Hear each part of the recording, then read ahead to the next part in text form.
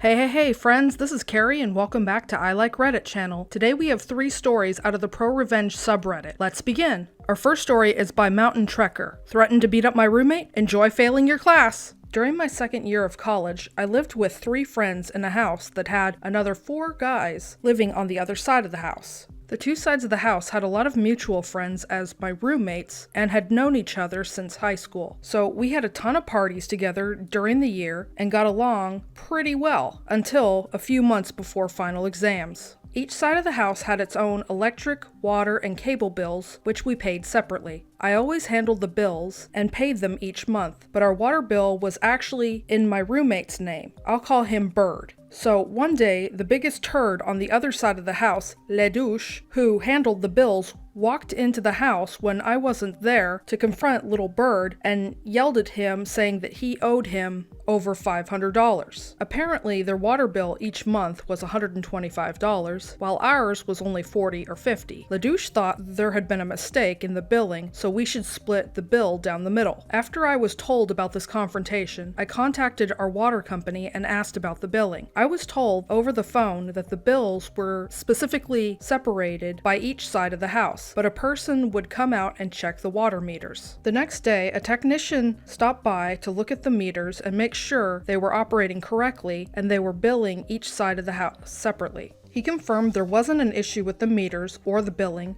and basically said they're probably using more water. End of story. I told my roommates about this, but because of my schedule, I didn't see Le Douche for about a week. During that time, he confronted little Bird a couple more times, who told him about the water company's position, but again, he was yelled at inside our house and again said that we needed to split the bill with them. Then the weekend comes. My roommates and I head to a house party hosted by some mutual friends. At some point during the party, I was in the front yard when a friend runs up and says, Le Douche is trying to fight little Bird. We run to the backyard through about 50 people, and I can see Le Douche with his roommates behind him in the middle of a circle pushing little Bird, yelling that he owes him money. He then throws little Bird into a beer pong table where he held him down saying he was going to beat up little Bird.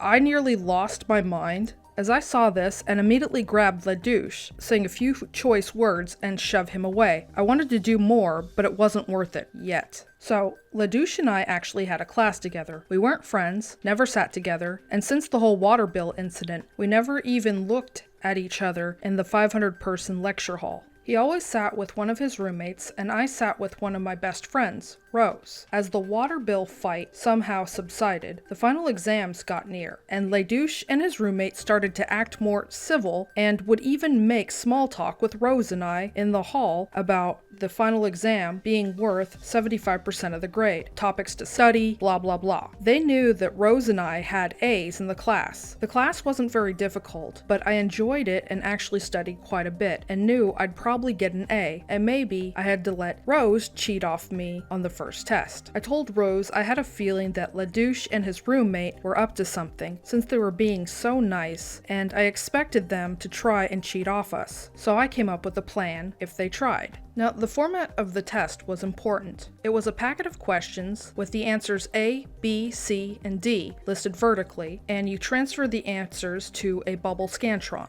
which is another sheet of paper that gets put into a machine. Not sure how familiar people are with it. With this format, I told Rose that I would circle an answer, and she would look over and circle the same answer with a big circle, ensuring that anyone looking could see it. We would do this for the entire 100-question final before marking our answers on the Scantron. The key to the revenge plan was that the actual answer was always going to be the answer directly below the circled answer. So if we circled A, the answer we would put on the Scantron is B. If we circled the answer D, then the answer we put would be A. For a few days, I thought I was being crazy and weird to come up with a plan, because there was no way this guy actually thought he would cheat and I was blinded by anger. Either way, when the day of the final exam came, we got to the room early and I sat on the far right row with Rose on my left. And guess who strolls in and decides to sit next to us for the first time all year, after he threatened to beat up my best friend a month before? Oh yeah, Le Douche. Dude had no shame and snuggled right in the seat seat next to Rose with his roommate next to him. Rose and I could barely believe it and had to use some serious composure before the test started. The two of us operated like a well-oiled machine. We circled our answers large, and at the end, we went back through and marked the correct answers onto the Scantron. During the test, we could both see LaDouche and his roommate leaning in and copying our circled answers. Unreal. Fast forward to summer break, and LaDouche's roommate came over to our side of the house when he saw Rose was there with me. He opened a beer and chatted for a bit before he finally got to what he was waiting for. "So, how did you guys do on the test?" I remember looking at Rose and saying something like, "I don't remember exactly, but I know I ended up getting an A in the class." And she chimed in saying, "Yeah, that sounded about right, because I got a 92 on the test." The look on his face told us everything we needed to know, and he mumbled out, "Really? LaDouche and I both failed and have to take the class again." The thing that's funny about that is that the two cheaters can't admit to cheating. Otherwise, they make themselves look bad, and I don't know how long ago this was, but I remember when I was in university, admitting something like that, you were liable to get yourself kicked out of university. I mean, they took cheating really seriously.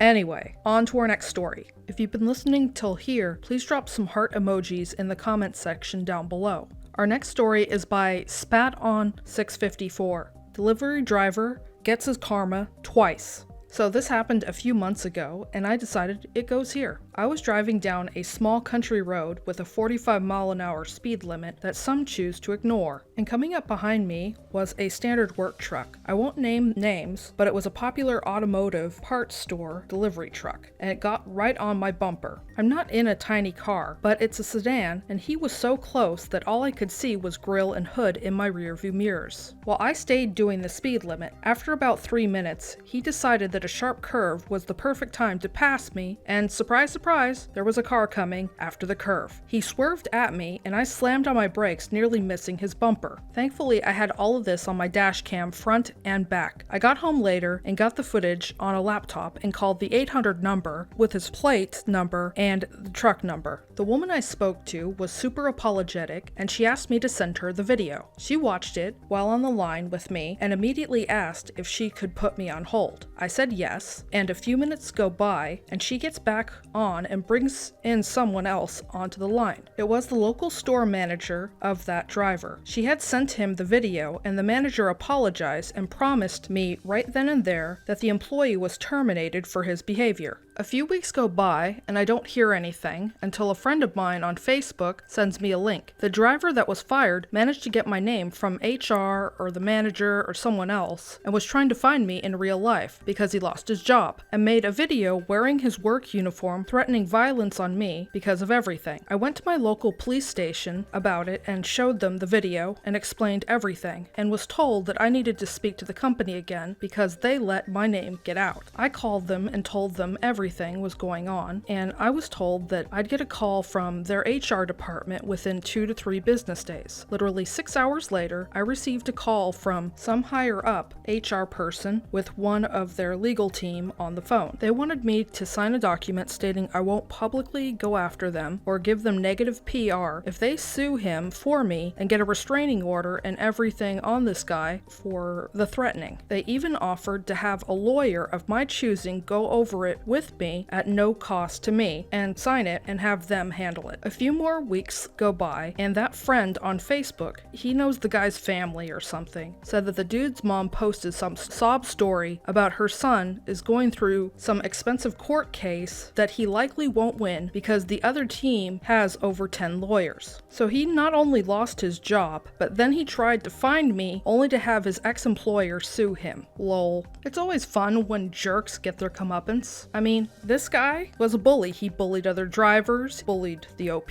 and then when he got fired, when he actually faced a punishment for his bullying behavior, he thought he'd be able to go at it again until they got him in some legal hot water. And hopefully he learns a lesson from this. Anyway, on to our final story. Our final story today was posted by the Michael B. You fire me for talking about unionizing? I'll spill your dirty secrets. This is a bit of a long one, but please bear with me until the end. I used to work for a plasma collection center back from 2008 to 2010. Even though I was a certified phlebotomist, I was placed up at the reception and slowly worked my way back up to senior receptionist and trainer. I was also training for quality control and was known for keeping detailed notes of issues that were in need of fixing/training, which I would forward on to management. Some of the things I'd keep track of were violations of the Food and Drug Administration and the German Health Authority, since my company was a German/Swiss company, as well as OSHA issues. Because I wasn't seeing anything being done, I eventually stopped reporting the issues to avoid being labeled a troublemaker and kept time and date info, and if I could get pictures with date stamps just to cover my own butt in case of something went bad or went down. Fast forward to June of 2010, and I was talking with one of my co-workers about the proposed cuts to benefits and the high turnover rate at our center. They were complaining to me about being afraid to call in sick because others had been fired for it, and I mentioned that they were putting donors in danger by us being sick since we weren't allowed to wear face masks unless we were in the back in the donor area.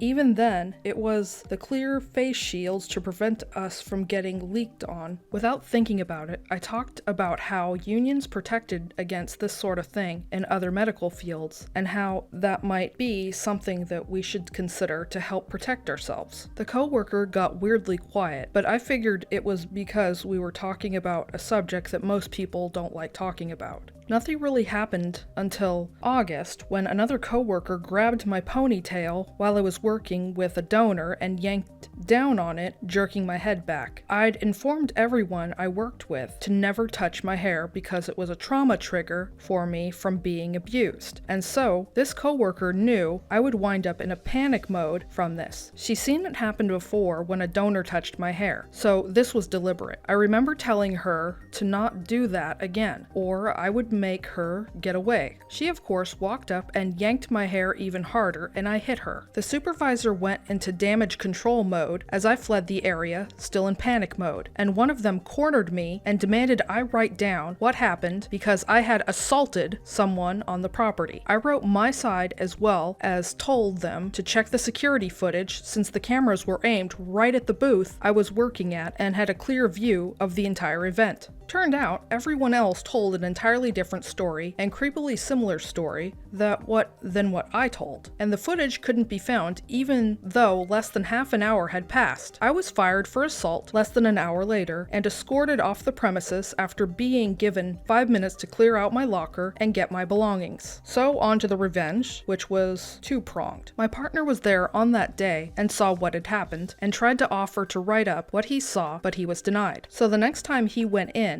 he wound up being screened by a coworker who yanked my hair, who didn't even get written up for assaulting me, and asked her loudly enough so that the whole reception area could hear, "So, how did those 50 shekels of silver feel, Judas? Was it worth it?" Which left her in tears, and another person had to finish screening him. He wound up being banned for 6 months for his attitude, but he claimed it was more than worth it. While this was going on, I had been reaching out to various organizations and departments that oversaw plasma donation and collection, the FDA, OSHA, CDC, GHA, and the like. I informed them of the fact that they were always cleaned up prior to an inspection, but we didn't keep things that clean on a day-to-day basis, and suggested a surprise inspection should be in order. I also handed over copies of everything I collected and tried to report, but always got shut down. I learned a few months later that all the management and several of the other techs and supervisors were all suddenly reassigned, and the FDA, GHA, and OSHA had all slammed fines on the center for violations dating back almost the whole time I worked there. Too long didn't read. Don't screw with the person who keeps meticulous notes and has nothing left to lose. Anyway, that's all the stories I have today. Please stop on by Reddit to show the OP some love and an upvote. Links to the original stories will be in the description box below. If you enjoy my content, please like and subscribe to my channel. Don't forget to hit the bell notification to let you know when I've uploaded new content. Thank you for watching and have a great day.